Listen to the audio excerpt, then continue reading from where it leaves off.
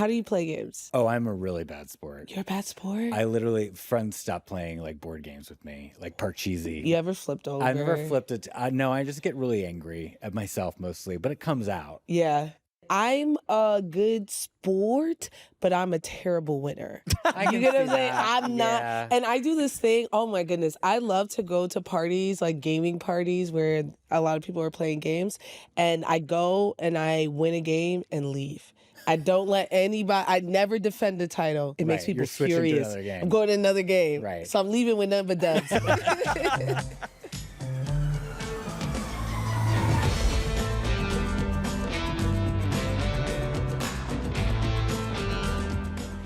Well, welcome to DC Studio Showcase. I'm nerd commentator Frankie Smith. I am entertainment journalist Tyler Coates. I'm your comic correspondent Coy Jandro. And we are continuing with our interviews this week. For those of you who don't know, we got a chance to interview most of the cast from the upcoming Superman film. And this week, we are sitting down with Isabela Merced, who plays Hawkgirl, and also Nathan Fillion. Oh my God.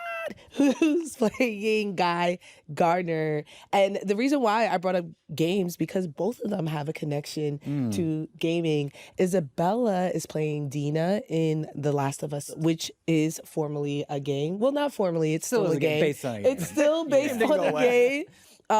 One of the most cinematic games I've ever played. It's a really hard game to play. Not actual like the complexity, but like mentally, it's a really difficult game to play. So I'm sure the show will be difficult to take in, but it teaches a lot of good lessons. And Nathan Fillion is not only a gamer, which we are going to talk about. He has some voice work in the Halo game. Mm-hmm. Now, do you know who Hawkgirl and Guy Gardner are? No. How could you guess? How could I guess? I do know who Guy Gardner is, because I've been reading up on Green Lanterns. Was really like my black hole of the DC universe. That was like one of the main superheroes that I just didn't know. So I had to go back and like figure out who all those guys were. They have a lot of lore and a lot of stories. Yeah. So that's understandable. We'll start with Guy Gardner. Yeah. Of the Green Lanterns, he is definitely one of the buttheads that we use. A lot of people either love or hate him. Mm-hmm. Not like hate the stories. The stories are actually really good. The character is hard to love. Okay. Which I think having Nathan Fillion play him is so perfect, because he has this like, I don't know, like a face. Do you know what I mean? Sure. I don't know why I made him a little French. A little French. But he has like one of those type of feels to him. Coy, can you name some of the prominent comic books? My current favorite Guy Gardner story is actually a very recent story, and it actually comes up in this interview. Human Target is an incredible 12-issue miniseries that is illustrated by Greg Smallwood, and it's some of the prettiest work I've ever seen in a comic book. And what I love is Guy Gardner's not the lead, but he cuts in and out of the story in a very important way. I don't want to give anything away about the story, but his relevance is extreme, and it's really great because he gets to be as much of a douche as Guy Gardner needs to be in a relevant way to the story. And I think if you've never read Guy Gardner, it's actually a very approachable story, because the character of the Human Target is very cinematic, so it doesn't like tie too much old lore, and it's also really easy to like just dive in and be like, oh, this is why people love comics. So Guy Gardner in that is like a guest star in a sitcom, and you get to just experience enough of him. But if you go back to the 80s, like, you get to experience the highs and lows of absolute womanizing monster POS Guy Gardner. And he is another Green Lantern. He was actually originally written to be the number 2 Green Lantern, but they wrote him almost antagonistically, and so he had to get a little more loved over time. And that's what's interesting about John Stewart, is he was actually later into the Green Lantern lore, but he became immediately like number 2 to Hal. And I think it's really cool to see Guy Gardner get his time to shine as John Stewart's getting his live action, and it's the Lanterns are fascinating. I agree. The thing I like about the Lantern story overall, there's a Lantern for everyone. Okay. No matter what your personality is. You're so a Cal. And I need you to be proud. Cal, that is one of the worst names of all time. And Kyle? I can never say it right. Cal. K-Y-L-E? Kyle. Kyle. Yes. Kyle. It's the bane of my existence. I've never seen the side of you. It's such a hard name for me. I don't understand. You turned Kyle into Kal-El. But you can say Tyler. I can say Tyler. Is that wrong? Try Kyler. Yeah. I can't say whatever. This is not about him. This is not even about him. We're not here for him. Well, who would be my lantern? Ooh. Is he a Hal Jordan? Especially now I know you got a little anger behind you. Maybe. Who is Tyler's? Yeah. I think you're gonna love the picturesque golden boy of Hal Jordan. Yeah. He's got humor, but he's so right. Okay. Yeah. He's put together. I think I'm a Joe. All right. Yeah. I see that. I mean, I'm between a Joe and a Jessica. Okay. There are only two, really. So I see Jessica for you, too. You feel Jessica? I'm a little bit of both. I did cosplay Jessica Cruz at New York Comic Con, but because I'm Black, everybody thought I was Joe. Even though I whatever. But what I really love is the costuming for every Green Lantern is so distinct. Okay. And it's not just their style, but it's their personality. Right. Which is why Nathan has that bob. No, it's not a bob. You guys corrected me. It's a bowl cut. Bowl cut. He's like the Steve Stifler of Green Lanterns. Got it. That I understand.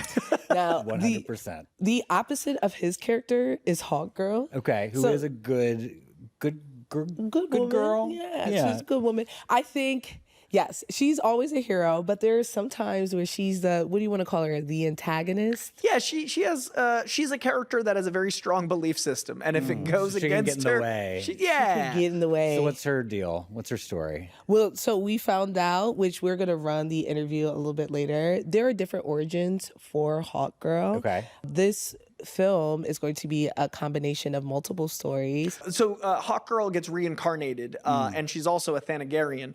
And so a Thanagarian What's a Thanagarian? Because look at Tyler's face. Yeah, you're like, she's a Thanagarian. You know, what is that? Yeah. A Thanagarian is an alien race. Okay, sure. And, in this iteration and in many comic iterations, the reincarnation element is really important because there's this really cool thing where Hawkgirl and Hawkman are destined to be together, but sometimes their reincarnations are offset. So they'll meet each other and it'll be like ships in the night. Like we don't know each other yet. And it's this really beautiful eternal love story. And I'm really curious how that comes to play with this take on Hawkgirl being a reincarnated Thanagarian in Isabela Merced and how that relates to the overall Thanagarian myth. If you want to know about scandal, real scandal within the Hawkgirl lore, you need to watch Justice League, the very ending of the animated series that goes into Justice League Unlimited. There is a romance that is brewing between Hawkgirl and the Green Lantern, John Stewart. Okay. And she betrays him. And the rest of I'm sorry to spoil it for you, but it's too juicy. And it's also 25 years old. But she betrays the Justice League and John Stewart. And basically this whole takeover with her people come over.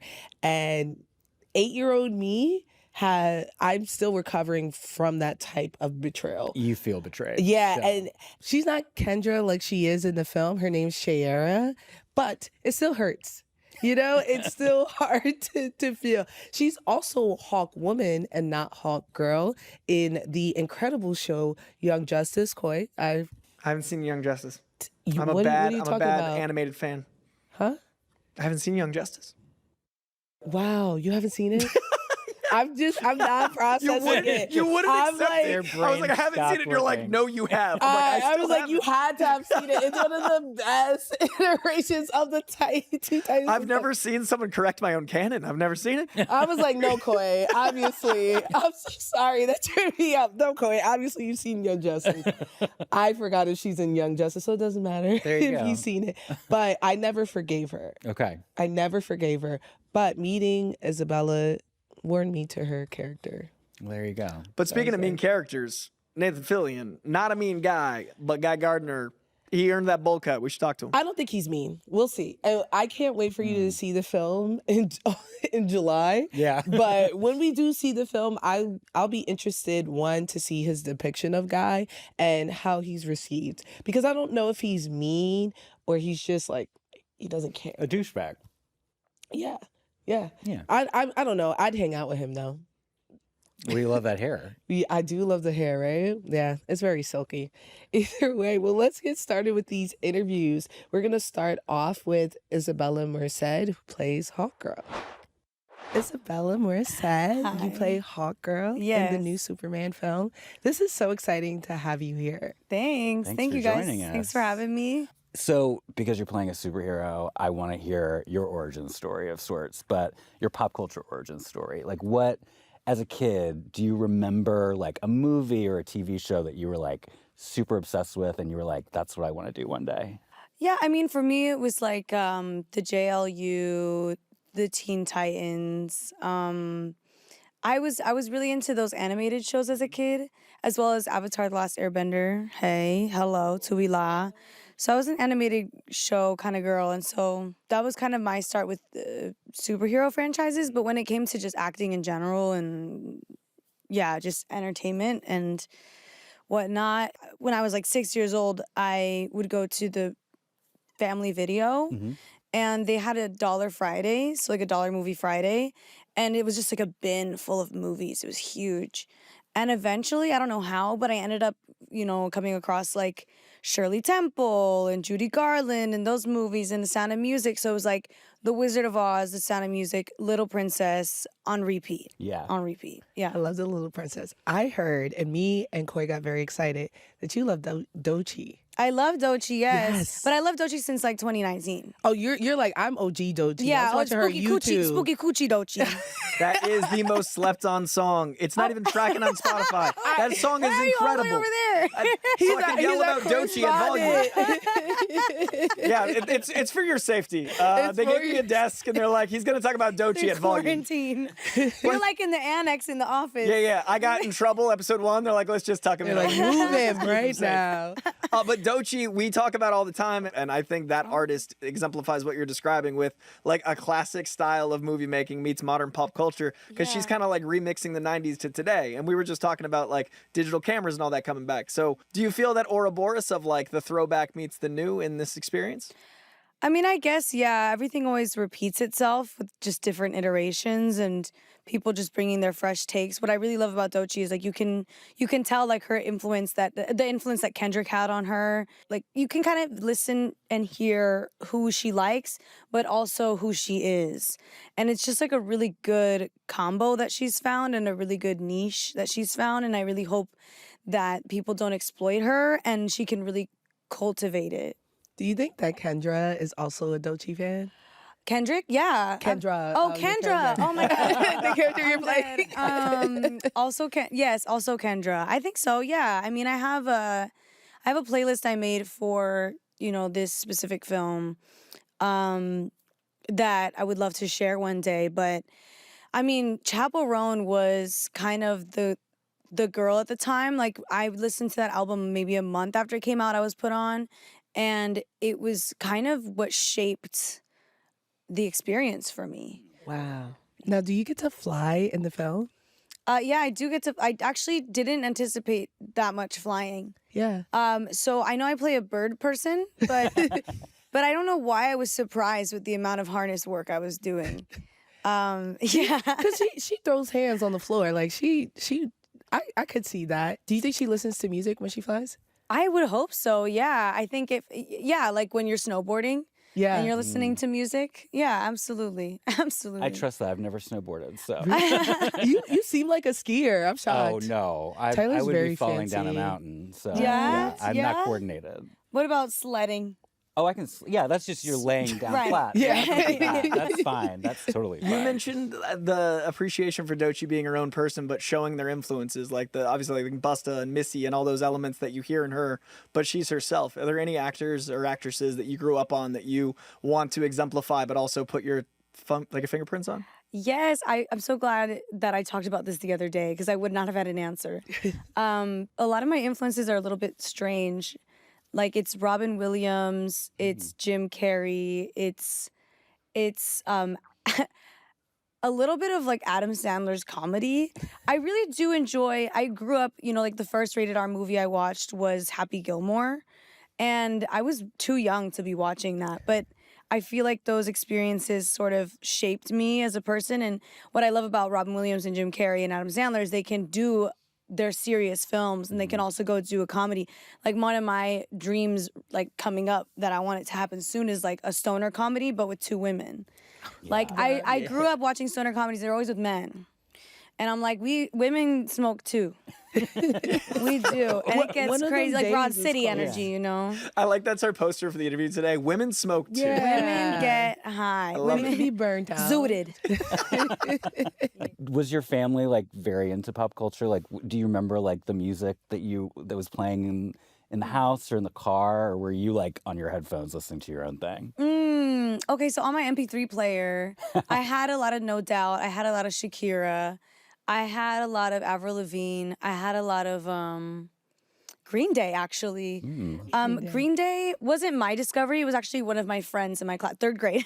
One of my friends in my class who bullied me for like a solid amount of time ended up, you know, saying that he liked Green Day. And so I thought if I liked Green Day too, he would stop bullying me. Did that work? It actually kind of worked. Okay. Smart. So like you find their soft spot and you really just go, wait, I love that too. Please don't hate me. We have something in common. I learned as much as I could about Green Day as a defense mechanism. That was me with comics, and I'm sitting behind this desk. There are worse bands that you could have to learn than Green Day. Right, and it was tasteful, and they're performing at Coachella, so obviously, you know, my bully was onto something. Maybe he had a point. Maybe he had. My bully had taste. And actually, you know what? He made me funny. So, yes, thank you to the bully. Thank you to my bullies. Thank you to my haters.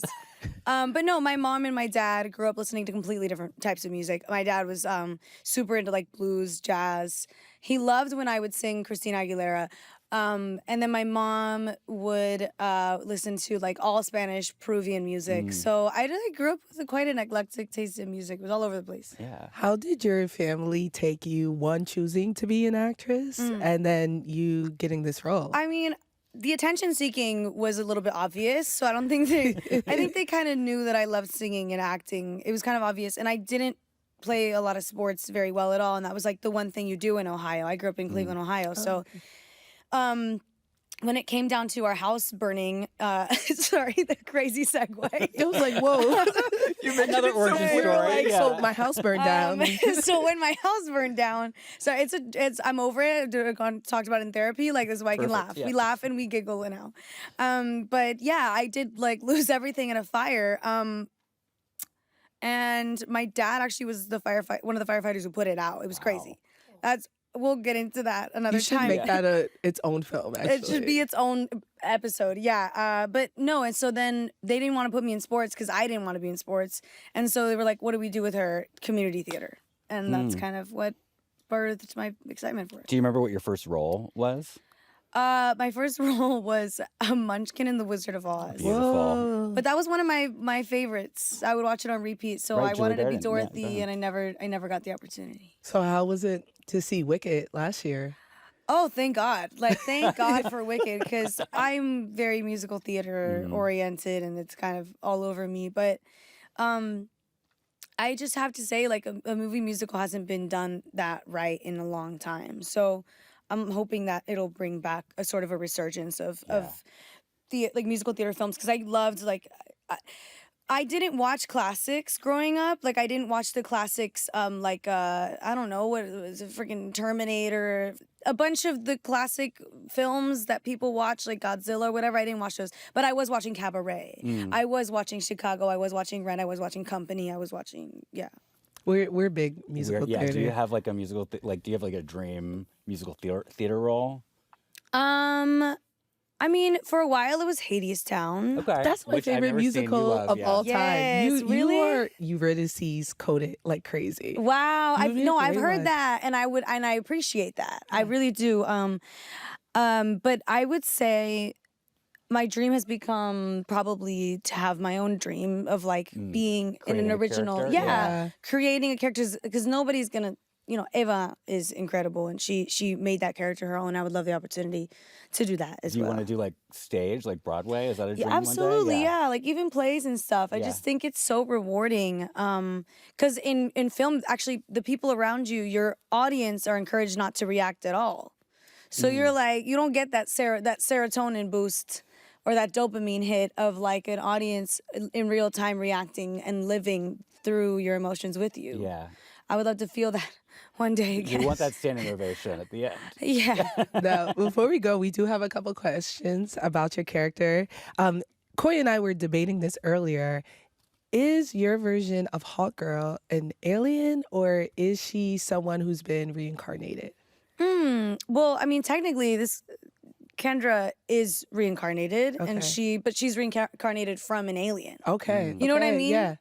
So it's like she has all those memories, and the comic, the story's really dark. Yeah. It's actually so fucked up. I wonder how they're gonna handle that when it comes to addressing that. But yeah, I think she carries all of the memories and the traumas and the mistakes of her past lives in her body wherever she goes. So, you know, she has a little bit of a grumpy demeanor. In that same vein, you've been on this incredible run of like Dora the Explorer and then Alien, and like the way you've been navigating your career feels very conscious, like picking roles that are shaping this great bouquet of work. And this character in particular is, you know, a reincarnated Thanagarian. So you've got like so much backstory, so much lore, so much mythos. Was there something about this role that felt like you were missing that gap in this already crazy career you've built? Honestly, yes, because one of my dreams in my career was to work with James Gunn. I told James like the day I met, well, no, it was the day I met him, I was a huge fan. And then when he told me that he was more involved with Scooby-Doo than I initially thought, Slept on that movie. was when it was like sealed, the deal was sealed. And I mean, wow. His work is incredible. Scooby-Doo 2. Masterpiece. Masterpiece. Like it's truly, I watch it like yearly. It's incredible. It's incredible. Okay, like thank you, my people. Finally. But yeah, like he's just done such a good job. So whatever, if he wanted me to be a citizen in Metropolis, I would have done that too. Was it fun having something so complex with like backstory for you as an actress to like play something with kind of boundless lore? I love it. Honestly, it gives me so much backstory, and it's super helpful. But then also with the James Gunn twist, you know, that self-awareness and the comedy of it all, it also, I don't know, just it gives me opportunity to sort of make light of my trauma, and that's what I do all the time. So it's nice, it's convenient. Well, we cannot wait to see you in the Thank film. you. I'm excited. And I love that your dad's a firefighter, like a true hero, and you're playing one, and you grew up on hero stuff. That's really special. Yeah, my older brother's a firefighter too. Runs in the family. It's beautiful. Thank you so much for coming, and we're so excited. Thanks for having me. Thank you.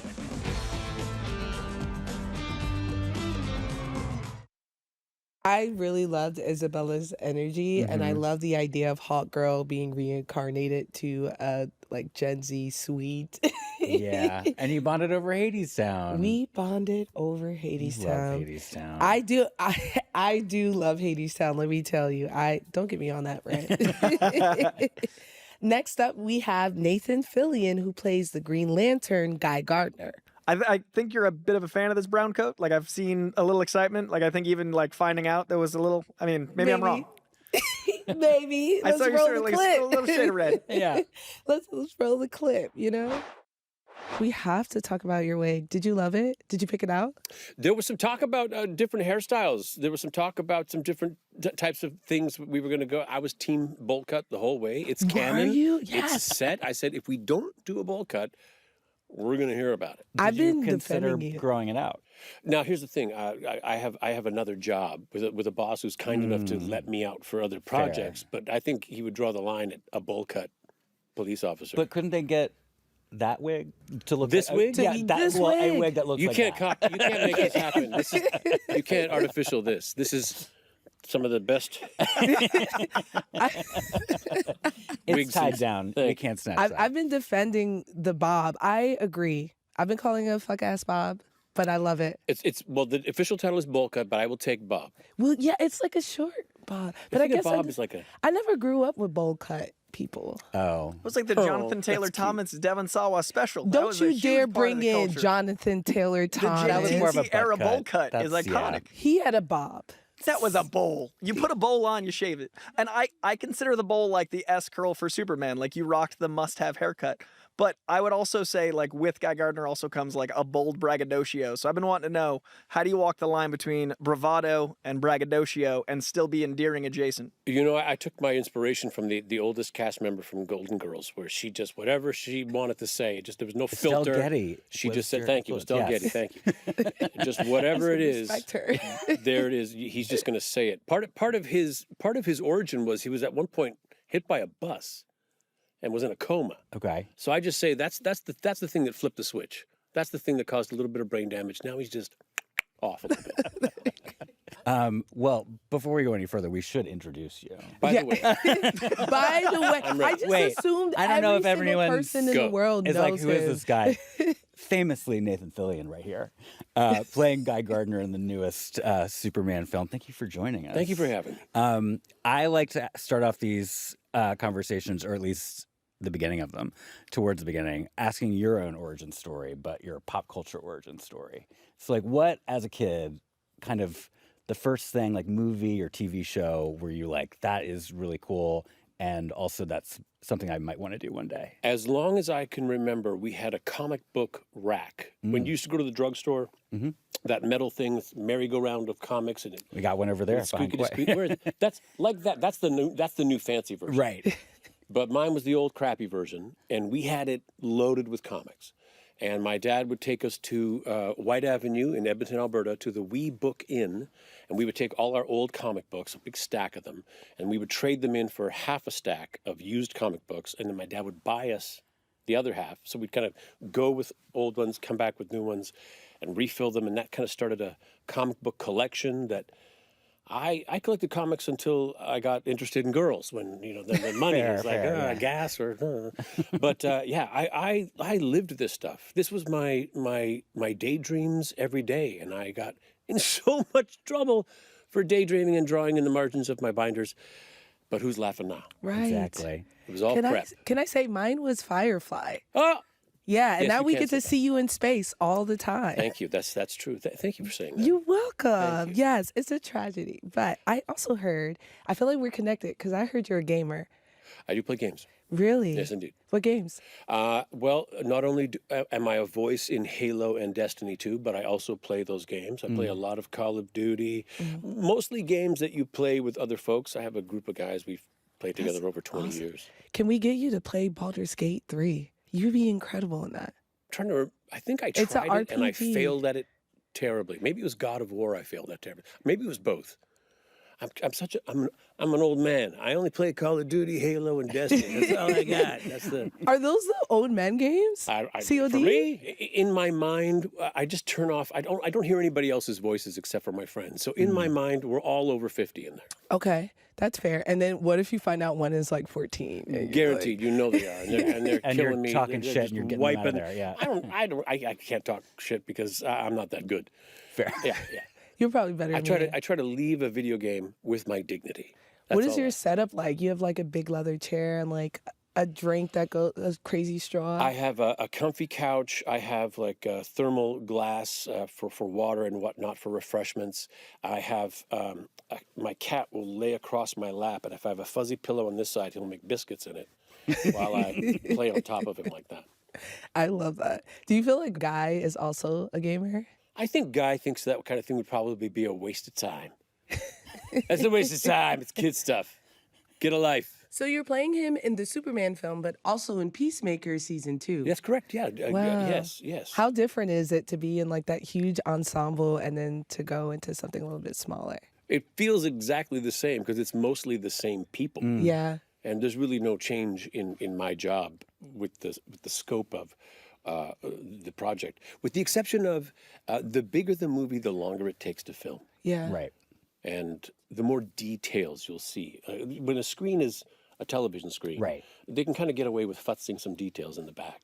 But when a screen is massive, they can't get away with anything. You have to be exciting in everything you put on into that lens. Yeah. Does the tone change from kind of the movie to the TV show, or for you is it not just for always me? the Not same? for me as a character, because I think what's important is consistency. And he is Guy is, I think, can be fairly said, he's consistently an asshole.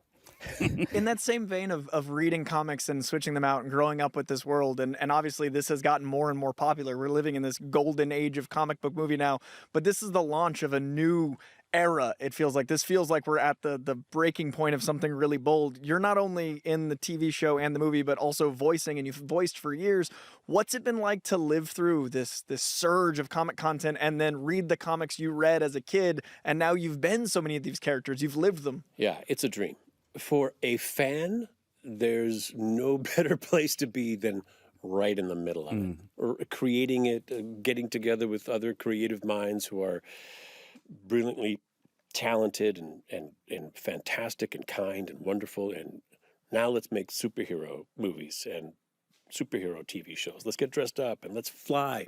I had a day in Cleveland where I was hooked up to a flying harness, and I come in for a landing in a park and start talking shop with Superman. I was like, oh my God, this is everything I ever dreamed about. Do any comics feel different? Like Human Target has so many great Guy Gardner moments, but then there's scenes where he goes away. Do you have any headcanon where you're like, well, that's what I'd do? Like, do you have moments where you fill in your story? Yes. Well, certainly I try to go back and do a little research and read Guy Gardner, kind of people's takes of him over the years, the incredibly sexist, macho 80s stuff that was just awful, and then the more kind of filled out stuff that kind of came in the 90s and the aughts. I think they flushed out characters a little better. I think audiences are more clever now, so I think storytelling has had to up its game, and I think they've done that great. I remember. Do you remember? Did you ever collect comics?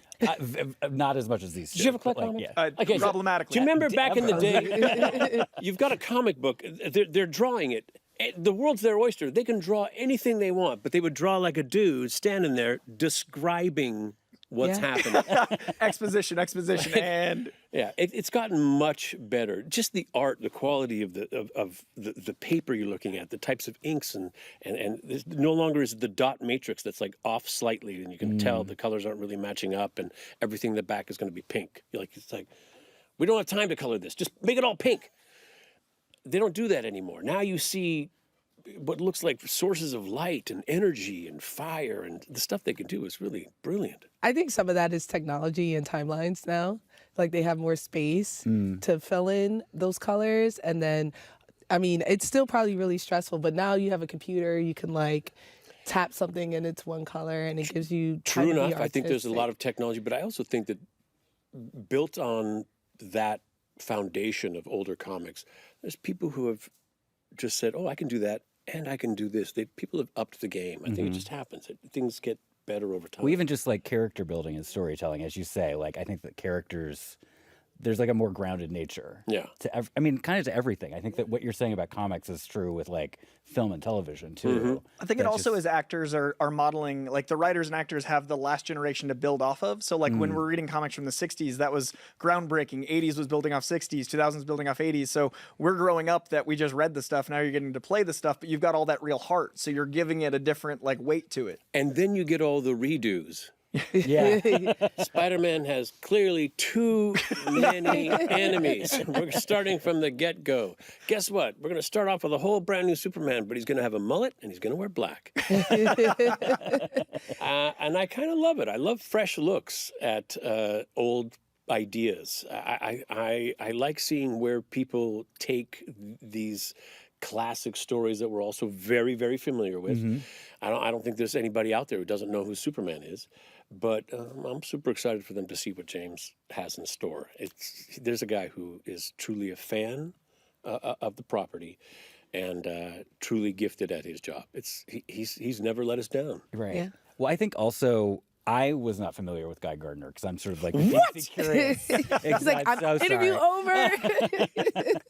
But I feel like you're introducing that character to a new generation of viewers. So do you feel like, was there kind of high stakes coming into that, playing a character who is not as well known as Superman, but you're in this world? I think if anything else, there's a freedom. I think the real stakes and that kind of stress would probably be on David. You're playing Superman. Good luck. People have a lot of expectations. But if you're coming in with something that's a little fresh for some people, it's all on you. That like, hey, I get to decide how this is going to go.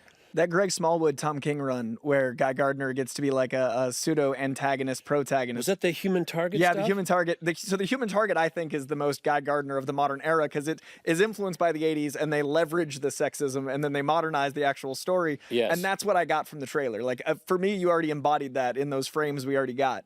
So I'm curious, are you reading anything now that, like, you're differently enjoying now that you're in a whole new universe? I actually picked up another book. Now that the filming was over, there were some of the things that kind of caught my attention. Top 10, have you heard of that? Yeah. I just started kind of getting into that one. I've been reading that a little bit. Then I got into an actual book, and now I'm stuck on that for a little while. Words. Yeah, you go. I love it. Now, finally, what I love about the Lantern lore are the constructs and how they shape the character that does it. Do we get to see any constructs in this film? Absolutely. What are they like?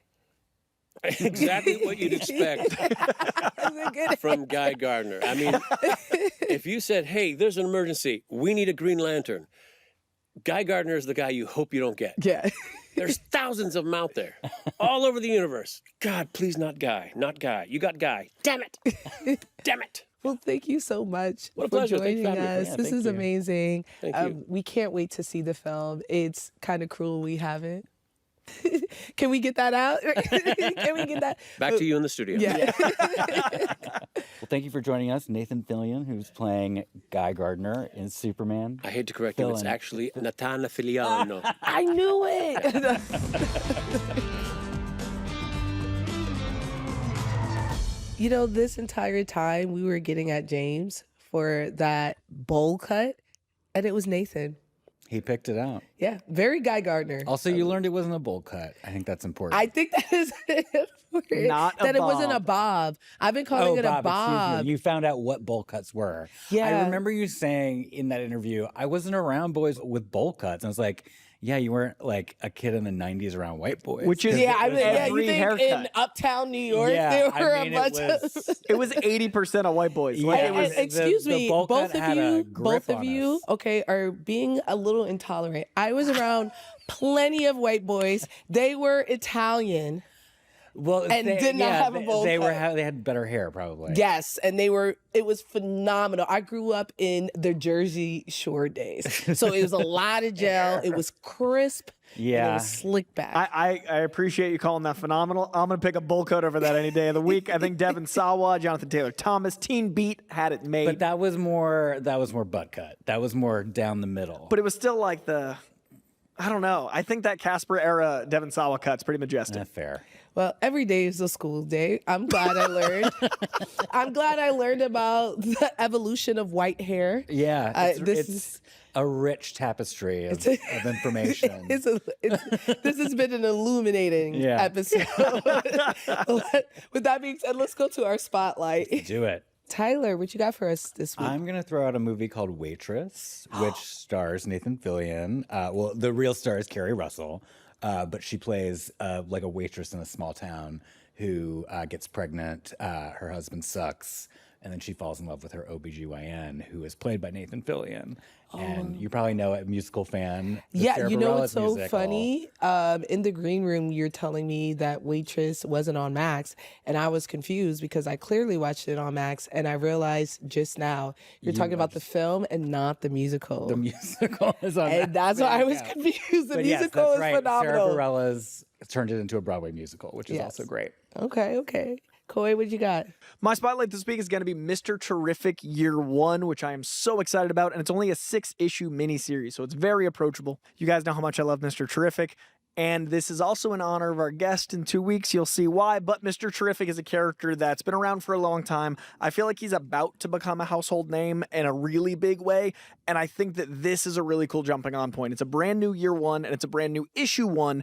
And this is going to be not just his origin, but like an expanded version of his origin. So even if you know the character, this is going to go deep in how we got to the Mr. Terrific we know and love today. And it's a new DC All-In book I'm so excited about. I was hoping you would spotlight a Lantern story because of Nathan.